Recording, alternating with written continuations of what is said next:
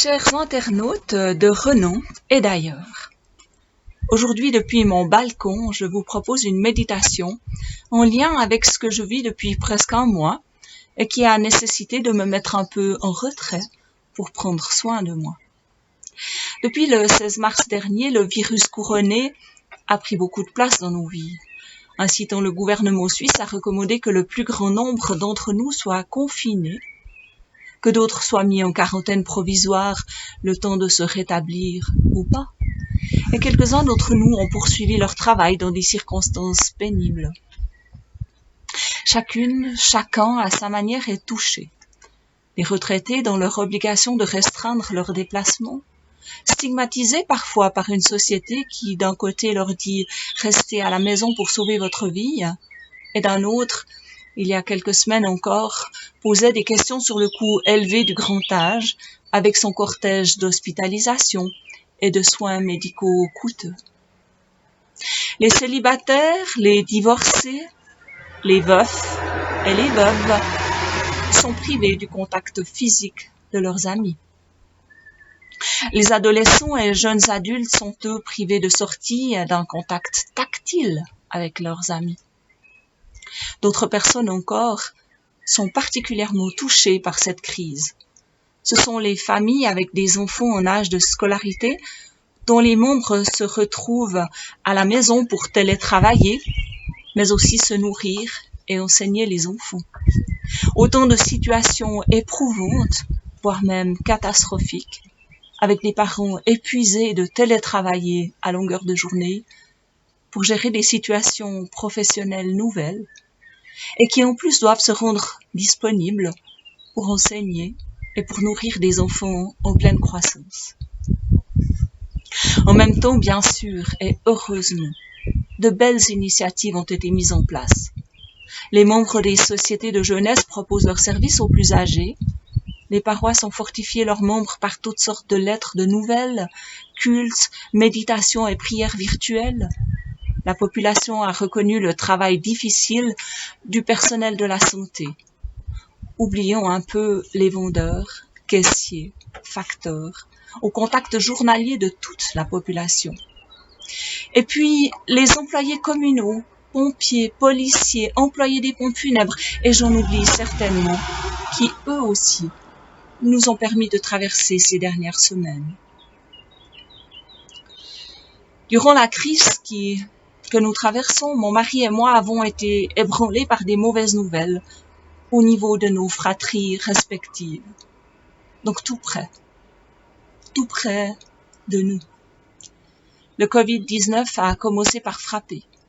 Puis ce fut l'hospitalisation, la mort violente, un diagnostic implacable. Ce matin encore, un nouveau décès. Dans ces conditions difficiles, les limites de l'être humain, ses grandeurs et ses misères sont mises à nu. La foi, la prière des proches et des paroissiens, la nôtre aussi, sont d'un grand secours. Pour moi, l'écoute de Dieu, la lecture de la Bible m'ont permis de puiser force, courage et paix. Récemment, j'ai pu confesser « Dieu m'a relevé ». Le chemin n'est pas terminé. Les mauvaises nouvelles se poursuivent et puis il faudra vivre le déconfinement avec son nouveau lot de surprises, bonnes et moins bonnes. Puis se retrouver en famille et mesurer l'ampleur du vide, du manque des êtres aimés. Aujourd'hui, une parole est sur mon cœur, celle du psaume 91, qui m'offre une bonne nouvelle pour vivre. Je vous lis ce psaume dans une version parole de vie pour terminer.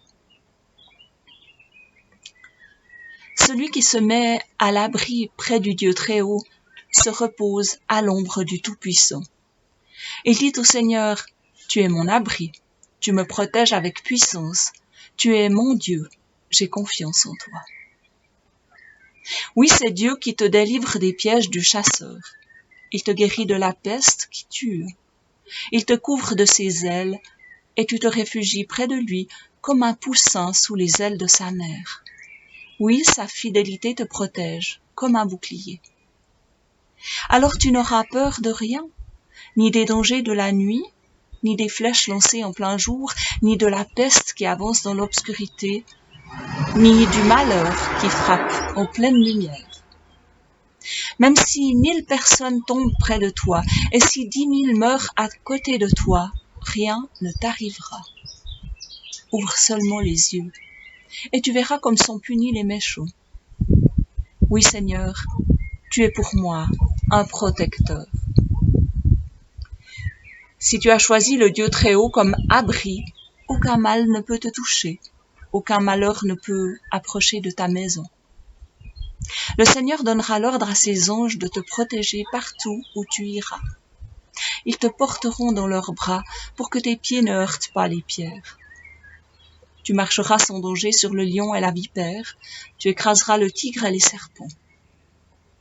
Dieu dit, puisqu'il s'attache à moi, puisqu'elle s'attache à moi, je vais la libérer. Je vais la protéger, car elle connaît mon nom.